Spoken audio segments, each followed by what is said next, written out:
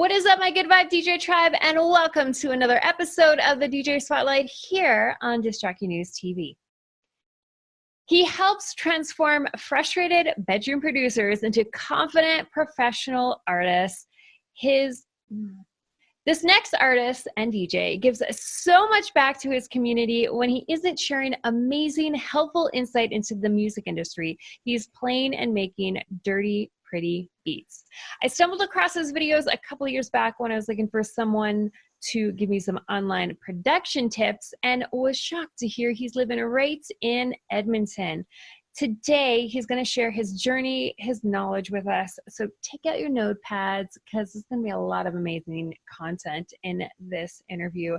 Thomas, thank you so much for joining us today. Thank you for having me. That was a killer intro. Hell yeah.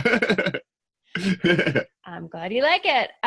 So I should ask you, because you've got like a couple different alias going on, what do you want people to know of you today? What's your alias going to be? Well, currently I'm focusing on my Thomas Anthony project, which is just like my own like name, just because I wanted to I've been making music for a ton of time, just making all kinds of music, and I really wanted to just make something that when you're making club music all the time, when you get good at it and you can do it pretty quickly. Not saying that I'm the best at it or anything, but when you can do it fast and you can make it things popping off pretty good, then you kind of get bored with it really easy. So I really wanted to go into some different areas, and I just I guess I had a hard time when I expressing emotions when I was growing up and all this kind of shit. And then I just started working on more emotional stuff with music, and the time it went from those beginning days of producing to when 9 or 10 hours and just disappear. And I was like, oh my God, I missed those times. And I just kind of started rolling with that. And it was completely different from the vibe of the stuff that we were making with Peep This with my other partner, Tyler. And so I just split off, and I didn't really not split off, but I just started my own thing and just kind of started doing some other music or whatever. Just more personal stuff that I would just have full creative control over. Because when you start a brand, you kind of have to stick with a brand, whatever it is. And I was like, okay, then none of this stuff's going to fit into that stuff. So I got to start from scratch again. And it is daunting, and it's definitely a lot of work just to start doing something from scratch again. But yeah, it's totally worth it.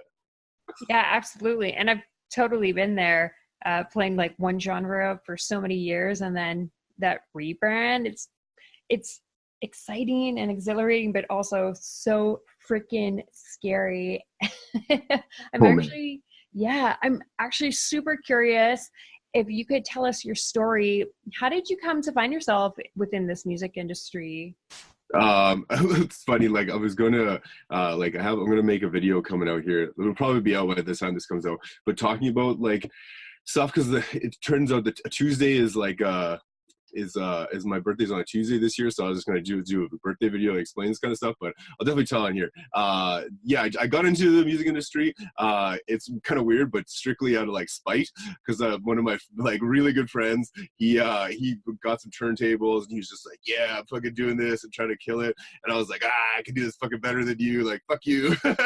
So I just learned how to DJ, and I put just way more time into it, and then became way better than him, and then just kind of started doing it from there. And after a couple, I don't know, maybe a year or two of DJing, I ended up buying Ableton, and then it just sat there for another year maybe even, and I bought a keyboard and just didn't do anything with it, but I was oh, look at my cool keyboard, and I have Ableton, and I thought I was so cool. But yeah, and then I finally there was a Sonic Academy course, and I just was sitting at home one night, and I saw that there was no instructional videos about anything. So I just took this course. I ended up making a song that whole night, and I was like, whoa, I'm this is sick. So I continued doing that, and then I was just trying to figure out some DJ names, some cool ones. I initially, the first one I thought of was Sugar Chris. So, but then that got shot down, and I'm so happy it did, because it was ridiculous. And then my ex-girlfriend, she I was thinking of DJ names. She's well, you should just go, your name's Tom, Peep and Tom's a good one. And I looked it up, and there was no other ones. So I was oh, that's pretty sweet. I'm I'll roll with that. And then just kind of did that for a while, and was just making tunes. And I was really in love with Complextro and all that kind of music. And there was like some really who are they? Dirty Loud and like Darth and Vader from like back in the day. They were like huge influence, and I was like, oh, this is so cool. I'm like, I just want to like learn how to make this stuff so bad. And that's all I did was just kind of figure out how to make this. It was like this one specific sound that I wanted to do, and I just really wanted to like learn it. So I did, and then I sent some music off to Plasma Pool, and they signed the first. It was they signed one of the first tracks. And then they gave me a remix opportunity, and then the remix opportunity, I got in like the top 10 into like electro when that was relevant, like way back in the day. And I was like, oh my God, I think I went to Sham, and I was like, I hope I hear it at Sham. And then I didn't hear it at Sham, but then when I came back, it was like already in the charts. And I was like, oh my God, it's in the charts. Like, okay, sick. So that was really cool. And then I just gave me more motivation to like just go into it. And I was like, go balls deep into it and just start doing that. And at that time, there was some people doing tutorials. There was one other dude, Ryan NZ from like back in the day, and he was this like New Zealand dude, the only other dude doing tutorials. And I was like, well, this is like a good way to like build a following, kind of give back. So at that point, I thought that was super cool. So I started looking into sound design. I'm like, well, I'm good at sound design. I can like kind of share my knowledge with that. And at that time too, I was making music with Tyler, and we just decided to, we were doing it under Peep and Tom and Tyler, and we had, I think, another like top 20 release or something like that. And so we decided to go just make a team together, and we're like, oh, well, let's fucking do this. And once we did that, then like I was doing tutorials on one side, and he was really building the brand on the other side, and we were trying to like book shows and like just do everything. And we had a really solid, our whole brand, we kind of like modeled Bombs Away, because we were like, oh, we love like party music, and we love like bounce stuff. We just like love the vibe of that kind of stuff, and we just kind of roll with that. And it was like super easy to make Melbourne bounce music back in the day. Like, it's like looking back on how easy it was, like holy fuck, like I could have made like a million more songs like if I had the knowledge up to date. But we made that, and we had some, we were kind of doing bootlegs and stuff like that. And on the side, I was kind of showing how to do this. So like the first like YouTube channel kind of like started doing really, really well. And then Melbourne Bounce slowly became less and less popular, and it was super weird because I stopped kind of like liking it, and then like even though we were still playing shows, it was so weird, like the energy of like the crowd or whatever. They could tell, I think they could tell like secretly deep down, even though I wasn't showing it, that I wasn't like feeling it that much anymore. And I was like, hey, there's this weird thing that's going on. I'm like, I'm not really feeling it. I'm like, I think we need to like rebrand or something like that. And we totally did, because it was just kind of on the downfall, and we just wanted like a new direction. I was tired of making that music, and like, it was just the whole thing. So we like decided to rebrand, and then just like stick in the studio and just crank out a bunch of music. And I just kind of experimented with like a whole ton of music. But at that point, I stopped doing tutorials for, I don't know, maybe like 6 months or something. And then when I got back into them, I started like, it was like 6 months later that I was doing it for the wrong reasons. Like I was just like, kind of just like, oh, I'll make this tutorial, and then I'll like put some sound design, then like get people to download and like her and stuff. And instead of like coming from the frame of like, oh, I actually just want to help people and stuff like that, it just really didn't work. I think like, again, like all energy and all that kind of woo stuff, but I think it's real, and it totally, like, people can tell that like wherever your intentions are coming from, that it's just not going to come full circle towards you or whatever. So then I was doing that for a while, and there was no real like momentum growing with that. But then we rebranded and kind of went in like a more darker like direction, and it was like more party stuff, and like it was fun to like make all the party stuff and do it, like just make cool like different kinds of music for a while. And then we saw that it was a trend within breaks, so we just like hopped on that, which was a really good idea, because we got like, I think it was like 7 number ones in a row, and like we were like collaborating with all these big artists and stuff like that, and everything was going really, really well. And then we like we just kind of like lost momentum at a point there, and just we were doing too many things essentially, because we had this other project, Tom Collins, on the go that was also going really well. And then we were just like, I don't know, we just bit off way too much like stuff. We were just trying to make like tons of music, trying to do some videos, trying to live our lives, and yeah, it was a crazy little adventure. So then after that, I just kind of like went back to the drawing board, and I was like, okay, what do I really want to do? Because I wasn't really happy making like that music all the time. It was like Tyler like built this like pretty nice studio, and there just was no windows in it, and I was literally in there like 16 or 17 hours a day, and I'd call my fucking fiance and be like, I'm fucking going crazy. I just want to fucking just like punch the walls and fucking no sunlight, there's no nothing. I'd be actually going crazy, and I'd be frustrated with music and like some sticky points. And I had this mentor at the time who was like, he was really smart, but he wasn't like a good mentor because he would just like bash all the shit that I do. Like, it was good because I needed to improve on the stuff, and it made me really kind of like tough skin. But yeah, he was just like, this sucks, blah, blah, blah, back to the drawing board. I'm like, okay, fuck, like I gotta go back to the drawing board. But it improved my skills, but my confidence wasn't that good. And then finally I just like I took some courses and like really went back to the drawing board with music theory and just started playing around with stuff. And then just some of the stuff that I was making on the side for fun again was starting to sound really good. So I was like, oh fuck, I'm just gonna do some stuff under my own like project too, or under my own name as like a project. And also too, I was thinking, I just like with like, because I'm 30, well, I'm gonna be 34. Am I 34, 33?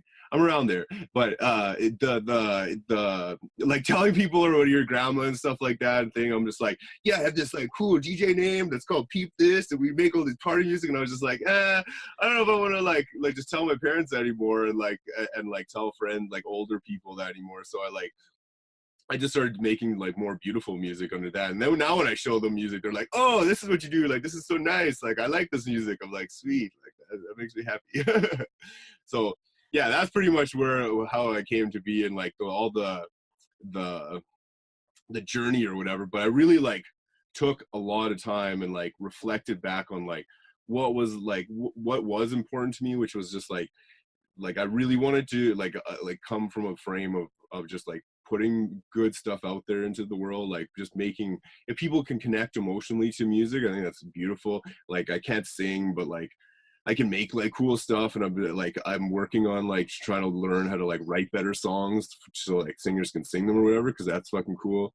And yeah, it's gonna make the world a little bit more beautiful than when I left it. And I feel it's all coming from like a really good place right now, so it's like things are going good. There's so many different things about your journey that I love. I love that you kind of started it because you're like, haha, I'm going to do better than this person. I like that you were able to kind of stop and reflect on a situation that was happening. Like, hey, I feel like I'm going crazy. I'm in the studio for too long. I don't even know if I like this music anymore. I love that you're just realizing these things as the journey is going, and then like you said, going balls deep into whatever project you're really feeling at the time.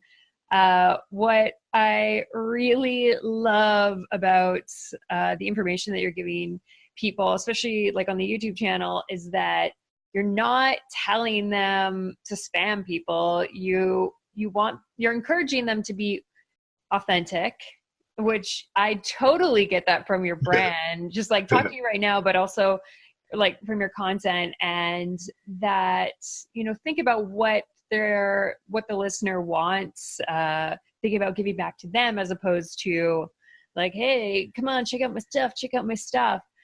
I'm really curious about maybe what you envisioned when you first started that channel and how it's changed. You talked a little bit about that, but maybe you can dive a little deeper. Yeah, like so like initially when I went to the channel was that like I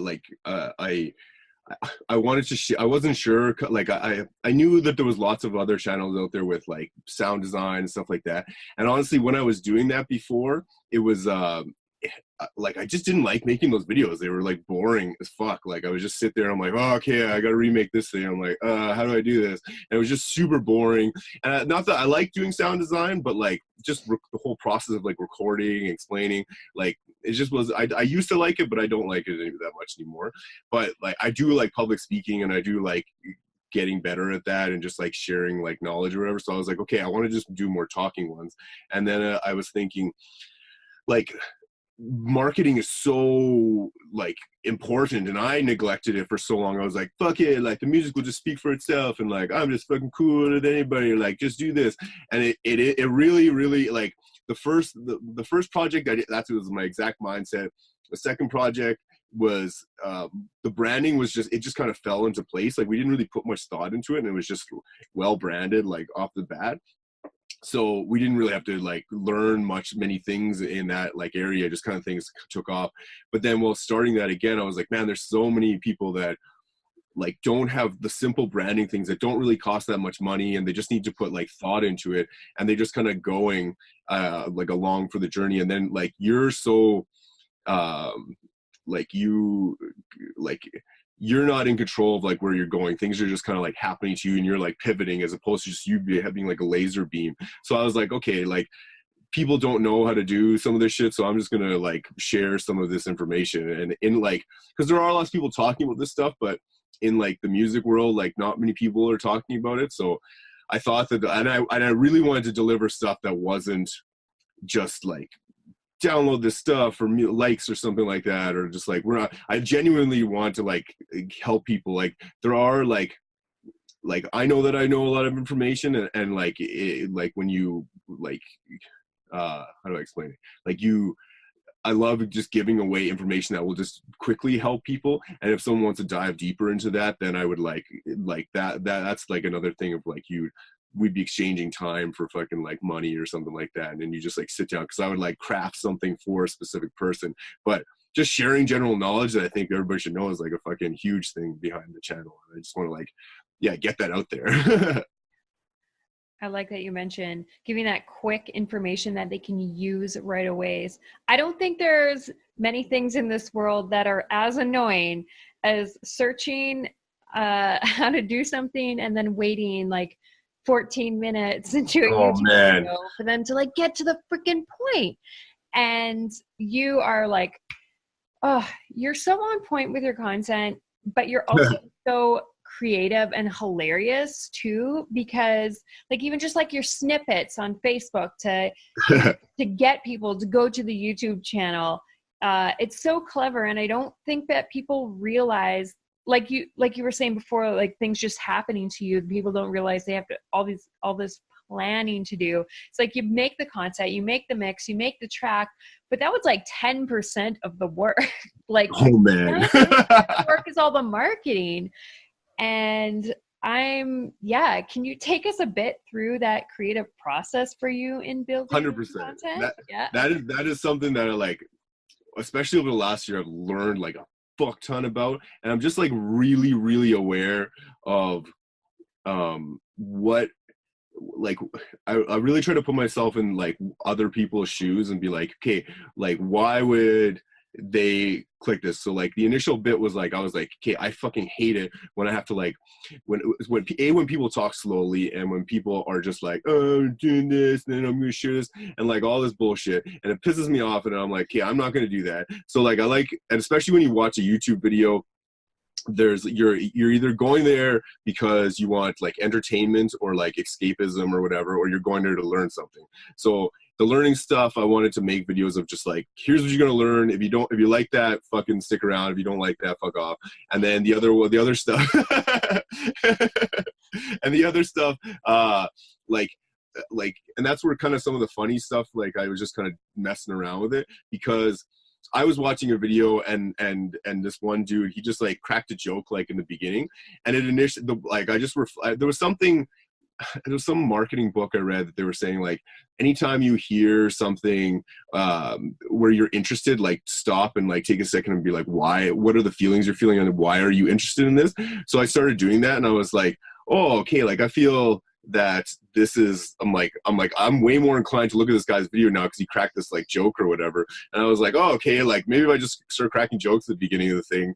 And honestly, it's like, I don't like to force anything, because usually I'm like goofy and like doing everything, but sometimes if I'm tired and I'm in like work fucking mode, then I'm not gonna like try and crack jokes or whatever. I'm just like being all serious and shit. So it really depends on like the mood that I'm in, and I try to just kind of roll with that. But I do like to think of like, I wish that I could just be all jacked up and fucking happy all the time, like, yeah, it's goofy and like feeling that, but it's not the case. But it definitely does, like, it definitely works. And there are like so many different strategies. Like I'm even working on like thinking of some, like, even like the vlog style things. Like there's another like YouTuber out there that fucking, what's his name, John Sign, and he's like this goofy, like, or he's not goofy, but his voice is kind of, sounds like weird. He's from Germany. He's like this brown dude from Germany. And I was like, the first video I watched of his, I was like, oh man, this guy's like weird. I'm like, I guess he's got some good points or whatever. And now I fucking like watch him every day. I'm like addicted to him. Like, oh man, I'm like, I even show friends. They're like, why are you watching this guy? I'm like, I don't know. Like, I like his personality. Like, but he's like so like boring and chill, and like he's not doing anything like amazing. But I'm like, I love this guy. Like, so I was thinking, like, personality is like huge, and that's like another way to go, a road to go down of like, and what I'm going to try and do next year is like have the informational ones and then just like more personality ones to like just get people in to listen to what I'm saying. Because it's hard. Like, people don't listen to shit. When you look at the analytics of things, like, man, people have a hard time focusing. So yeah. And that's one thing I kind of just really wrote down the goals and vision for like next year or whatever. And it's taken some time, and that's like something I would like advise people to do, is just like get started with shit. And I know everybody says that, but actually getting started with shit, because like I spent so much time thinking, I'm like, oh, my brand's gonna be like this, and I'm gonna do this, it's gonna be fucking awesome, I'm gonna put this music out. And then you start doing it, you're like, okay, some shit's reacting differently, and you don't really know what's working and what's not. You just gotta do it. And then after some time, you're like, okay, this is kind of working, and this is what feels right with me. And for the channel, I really want to go off on like I was so stupid, because like you think, you're like, oh, I don't know what my story would be, or like what a vision for a thing would be. But then I just thought, I'm like, what are the things I fucking do every day? I'm like, I love getting up super early and working super hard. I'm like, I don't really party. I'm like, I eat really healthy all the time. I'm like, I just love music and making videos. I'm like, love just goofing off and having fun. So I'm like, this is going to be like what I'm going to talk about on this channel, is like working like a motherfucker and just having fun and just doing sweet shit. Like, I think that's cool. and like you said, like just start doing it and see where it goes, because like you said, this isn't necessarily what your videos look like when you first started putting them out. But if you wait to have that perfect idea and perfect intro, and then you start making the content and you've got 7 views on your first video, and you're like, oh, could have been building this audience leading up to this. Straight up. We building it, and then like, yeah, exactly. Like you put all this work and time, and you're like, okay, I need to make 1 million more of these. Like there's not even like one was just, who cares? Like, doesn't even matter. Like, just get started straight up. So you were at AmCon this year. Yeah. You chat with us a bit about that experience and the importance of educating oneself within this industry. Oh man. Okay. So first of all, AimCon was like so amazing. Like it was just like, I was like, it was, first of all, it was awesome because I got to go with like Frank and my other friend Gabe and my other friend Jay, and like, we're all fucking nerds. We're all music producers and nerds. And Gabe's a photographer, and we're like, just loving this shit. It was just kind of like a boys' weekend. We just like went there, and like, it was awesome. Just like the whole vibe of the whole thing was just like people who all love music and just love sharing music and want to learn about music, just there to do that. And it was like, yeah, the vibes of it was amazing. And the speakers there were lots of really good speakers. It was like, I learned a bunch of stuff from I think it was like Keys and Crates agent, and then like a couple label owners, which was awesome. And yeah, there was lots of really cool workshops. And that weird little old guy, what's his name? The guy that made that gigantic synthesizer, I can't remember his name, but I was sitting at the back and I was like chatting with my girlfriend, and then he like, it was like 2 a.m, and he like popped out from behind the thing. I was like, oh my God. I'm like, look at this guy. He looks like the Back to the Future guy. And I like ran over and like, I was like, showed him a picture of him. But he was so cute. He was like this little English guy, and he was like, I made this synthesizer. I was like, hey, I want to go to Back to the Future with you. You had no idea what I was talking about. But yeah, Aimcon was really good, and like they gave me a great time slot when I was talking, and there was over 100 people there. That was like mind blowing. I didn't really expect that at all. But yeah, it's really good for people to go to those things just to experience, even because when you don't go to things like that, you don't even know how much information there is out there, and you don't know like what, especially from industry professionals like agents and stuff like that. Like my biggest takeaway, and I knew this beforehand, but it was so good for everybody to hear this and to get it reiterated, was that music's a business, and like what people are looking for is like on the business side of things is like, can you sell tickets? So you need to be able to do that. Like hands down, that needs to be like your focus. So like you should obviously make music that is true to you and that you like is good, but you need to have a brand that will also attract people to come to your show or whatever. So it's, yeah, it was like a huge takeaway, and it was they were really pumping that hard home. And he was just like, this is honestly what we look at, and just different ways to present that, to like present your, like to have your own resume or portfolio or whatever, to have that ready when you go to an agent. Because I hear like some of my students, they're like, oh, I just want an agent, I want a manager. And I was there, I was like, oh, this is all I want, because you just think that's going to take away the work that you have to do. But in reality, you need to like come to an agency with like, here's all the music I have, here's the cities that are enjoying my music, that are constantly playing it, here are some of the other ones that could potentially have a tour, like we could potentially sell tickets in this area. They're not going to do any of that for you, so like you need to figure all that shit out yourself. That was really nice to hear. Yeah, that is super important, like super duper important, because you there's always new things to learn in music. And like if you're like, one thing that I'm working on for next year is just like getting faster at making music. Like I think I make pretty good music, but I need to get fucking way faster. So yeah, that's like by taking courses and just like writing things down, really like trying to internalize the process. Honestly, day by day, like daily, you need to set a certain amount of hours, like a day, to do this. Then you'll get smarter and you'll get faster, and you'll like learn to just expand your mind in different areas. Like there's some really good courses out there. Like Frank and I with the Fancy Fox, we're developing a master class for later in this year. And that's gonna be fucking sweet. And we just like want to have a really succinct program that like is kind of all encompassing, and that we can actually like get people results with. That's the main thing, because like who cares about some other fucking course online that you just watch the videos and then that's the end of it or whatever. But I want to make something that people actually like do some good shit with. And then also learning marketing, a huge one. Probably the biggest book that I read this whole year is this book called Story Brand by, I think it's Donald Miller. So good. He also has a podcast that he talks about, and it's so good. It's basically just like developing your brand in the story, in a story format, but you're not the hero of the story. You're like the guide, and you just position the customer or whatever as the hero. So like with the music, it would be like, it's not all about me, like, and you target all your marketing like, it's not about me, it's about, okay, you're someone who has some experience with something, you're like, oh, I feel like shit. Well, you're like, well, I know how to make music. Like, if you come to me, like, I can give you some music to change that kind of state or whatever. And that's really simplistic version of it, but but so good. I really think everyone should read it.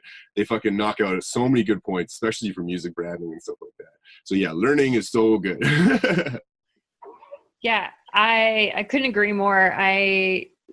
Actually, there was a few things that you said earlier, and I'm kind of having a brain fart what it was, because I was listening instead of talking. But when you say about this, like learning being so important, sometimes, these people within the industry, maybe they're our mentors, we look up to them, they've been in it for a while, they're not continuing to re-educate themselves about what's going on or changing with technology, or social media. And so they think things are one way, and they don't always give the best advice. And when it comes to education, I find it's so important to have a few sources of that, because what works for one person might not work for the next. And it might not work for you at this point in time in your career. I love that not only are you consistently giving value within your courses, your content online, but you're also advising people to check out like where you're learning a lot of this stuff as well. And talking about what you were saying before about like the workshop with Fancy Fox, I would love for you to talk a bit about what's going on with that brand and how that came to be. Hell yeah. Yeah, just another thing with the education thing, like 3 things that are super important is like because I've fallen into that trap, and I was like, oh, my production's good, like blah blah, and then it was okay, but like honestly you can still keep getting better. Like when you compare yourselves to like people who are like especially pop artists or whatever, I'm not saying this is the type of music, but like the production quality and the songwriting, like man, there's like, yeah, getting quicker and faster is like the number one thing. And then a huge thing to get like really good is there's tons of resources online for like learning the basics and then learning more advanced production techniques. Learning music theory is a huge thing. There's so many cool things you can do with advanced music theory. When you just have like simple, like for dubstep songs, there's just like mainly one note in it. There's no longevity in those songs. Like all the goods, even in dubstep, like the songs that are memorable, everything has melodies, everything has musical aspects of it. So if you don't have that, like really go back to the drawing board and kind of learn that kind of stuff. And then also another thing is huge is like mentoring. Like, and this is something that like not everybody can do because it costs money. And it when I was like first initially starting, I didn't have money to do it. And I was like, oh fuck, like I just can't do this. I couldn't afford it or whatever. So I just didn't do it. But then eventually, if you're still in this for the long term, like you should save up some money to invest, because it will cut your time down like so quickly. Because if you're with a mentor for like even 2 or 3 months and you're consistently working, even if you designate a couple months just like really putting into time with music, and you're making music, then getting feedback, making music, getting feedback, that's going to make you so good. And like I do mentoring, but I'm not even plugging like mine. Just find anybody that is doing mentoring and just go with them, because it's so important. Like I had 4 mentors that I was just like paying like tons of money to like get back to me and just like to help me. And I was only looking for like to improve by like 5%, but I was like, oh, like I really want to get that. I'm like, I want to figure out how to make my vocals more crisper, like, and everything. So that's super duper important. But yeah, the whole Fancy Fox thing, that's Frank and I, we started that just because we wanted to create like a music collective where people just like learn and grow together. And we just love the idea of like having a community of musicians and just like people that like there's lots of people around that like we wanted to have like a fun vibes and crew that we can like share our music with, and they're also making awesome music and who are just doing fucking really sweet things. And we initially just started it off from like as a like a base. We initially knew that we wanted to start teaching eventually and stuff like that, so we kind of like deriving that off with like the Fancy Fox Music Factory, because we want to make just like a factory for making music. And then the Fancy Fox Music is kind of a label. We are just like kind of self-releasing some stuff on there, just because you need to build up your own personal brand first before you can start working on a label. So I'm like, people have asked to release on it, but like I don't want to just really go down that route until we're like fully set on everything and have our own brands built up. And then also our curating music is like, it needs to have a certain style and quality, and we haven't defined that yet. But we've been throwing parties, which have been really sweet, and they've just been really fun, because like yeah, it's been super duper fun, which by the way you should come to if you're in Alberta in the summer. That'd be fucking sweet. Yeah, we're throwing one on New Year's and a couple other ones, I think, just smaller ones throughout the year. So that's just kind of like that, just have our fun party vibes. And yeah, we're really focusing this next year on just the whole course side of things and just trying to get that kind of stuff rolling. So super stoked for that. I was really getting on Frank to like make videos, and he's always like, come on man, you gotta make videos. He's like, I'm Colombian. I'm like, yeah, I know, but you're a sexy Colombian, like you gotta do it. So I think we may so he'll be starting making videos too. And I think we're gonna be starting a Fancy Fox podcast with just me and him talking on it or whatever, because we just ramble about stupid shit all the time, and I'm sure people would just want to hear us rambling about shit. Probably, yeah. Yeah, well, a lot going on, including this new persona. I would love to hear how that came about and how you knew this was the next move in your career. Um, yeah, well, basically, I just like, this is strictly from my experience, but like I have like discussions with Frank about this, so like all the time about, because in music you get, there's it's just like social media, there's like so much shit being bombarded with you like all the time, and you're just like, oh my god, like this person's putting out this track, like this person's putting out this track, like, oh, we want to play at this festival, we want to play that festival, and those are all like legitimately awesome fucking things, and you just want to do those things once. And I've kind of like just seen it so many times where I've like just like submitted to like, just I'm like, oh, I'll just make this banger track or whatever, and I'll just do this, and then I just see that there's no longevity in it, and there's like no real like it was at the end of the day, like there was no point to making it. Like it was kind of a waste of time because it didn't further my career, and it was fun to make, but I don't even really care that much at this point about like dropping like crazy fucking bangers at shows or whatever. It wasn't like that meaningful to me anymore. So I was like, okay, I want to actually make music that people will actually listen to like over and over and over again. And that was like a huge thing. And I was like, I really want to do this.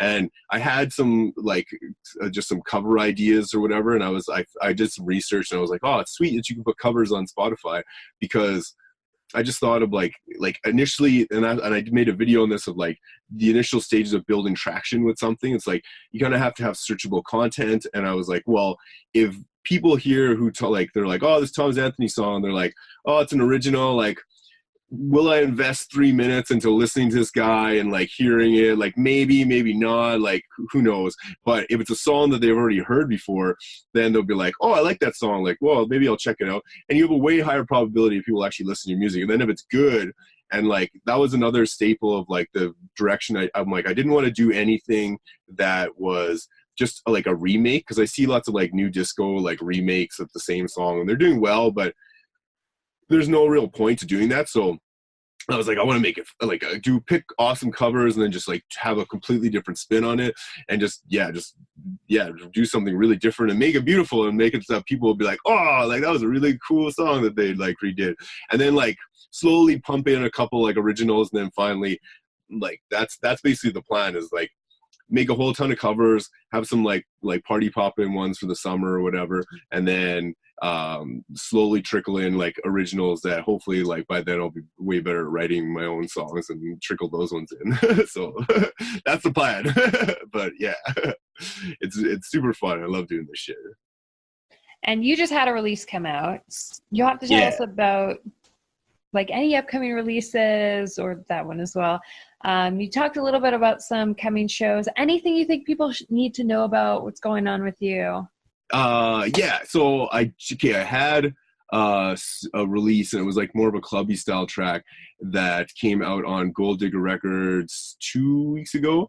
That was really good. That got some like awesome support from like some like really big like Brazilian bass artists, which was super duper cool. That was 2 weeks ago. And then a week later, so last week, I had a song original come out. It's called Tantric, and it was like a super sexy, like Troy Boy style like song. I just it wasn't a copy of Troy Boy, but I just like took inspiration from like. I took inspiration from his hi-hats, because I was like, oh, he's got such good vibes in those hi-hats, and I was like, I'm gonna make a song around that shit. So I just kind of went with it, and I love like Indian vocals and like hypnotizing stuff. So yeah, I just kind of, it was honestly the first track that I made under this new alias before I had any idea really which direction I was going. I was just kind of messing around, and I was like, oh, this turned out really, really nice.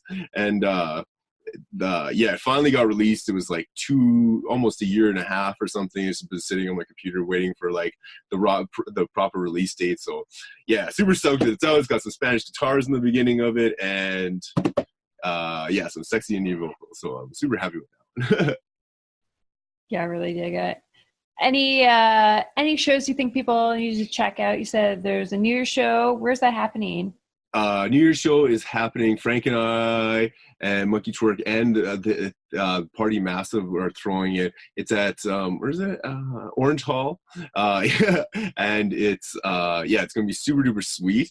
And then also this year, playing in Costa Rica at Bamboo Bass Festival in February, then snow bombing, I think in April, and then hopefully some festivals in the summer. I'm really trying for Bass Coast, but I know they have a very specific like genre for their stuff, so I don't know if it'll be there, but I may give a talk there, so hopefully that. So hell yeah, some good stuff. I'm really pumped for 2019. It's like the year of just pumping out a shitload of music. I have some like really amazing songs that I'm like super proud of, like three covers. I'm not going to tell you the names of them because I want to keep them secret, but yeah, they're really sick and they're beautiful and they're just really, I'm really happy with them. So super stoked to let those get out there. Well, I'm so excited to see all the amazing things that you're going to do in 2019. You already have been so freaking busy this year. It's kind of crazy to look back at your year and think, I'm gonna do more next year. Oh man. Actually, when I was talking, who was it? It was Adriana from Monkey Twerk. She was saying like, give a busy person something to do and they'll get it done. So, that's the best line. Yeah, it makes sense. It's actually so funny, like maybe like a week ago or something, I called Frank and I was just freaking out. And I rarely like freak out. But I was like really feeling overwhelmed. I was just mapping out all the stuff that we had to do. And I was like, dude, I'm like, I get up at 4:30 every day. I'm like, I go to bed at like 11. I'm like, there's no more I could possibly squeeze out of a day. I'm like, we have so much stuff to do. I'm like, I can't do anymore. And he was like, okay, just chill. Like, we'll get this all done. And we kind of like talked it through. And I was like, okay, thank goodness. Like, it was just, really overwhelming sometimes, but fuck it. I like that though. Like, you've got like an accountability buddy and somebody to kind of like keep you calm when things. Oh man, it's been so nice. Like that was what was awesome. Like Frank was one of like he initially approached me and he was like, Tom, like you've been doing some good stuff. Like I'd really love to be like you mentored us. And I was like, hell yeah. I'm like, you guys are sweet. And we really didn't even know each other that well. And then out of all the students that I was teaching, I was like, man, this guy's got some fucking drive. Like no one else, like you need fucking really good work ethic to like do this. Cause to do this, especially if you have a job or something or like kids or something, and then to do music for like, I don't know, 6 or 7 hours after that shit, like, and then not sleep and do a network and all that kind of shit. Like it takes a different kind of person. Like you gotta love the fuck out of this. And he did, and he was like really driven. And I was like, man, like we just instantly clicked, and we're both like have the same like sense of humor and shit. And it was a really good vibe. So I love those two. They're my Colombian family. Well, I appreciate you talking with us here on Distracting News TV for the DJ Spotlight. It's been such a pleasure. For the rest of y'all that are tuned in, make sure you let us know in the comments below anything that he said that really stood out to you. Maybe you found some inspiration. Maybe you read a really awesome book or watched a super cool YouTube channel that you want to share with the rest of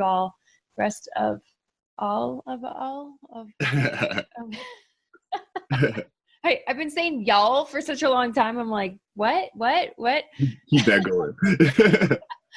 So, until next time, don't let no one kill your vibes. Yeah.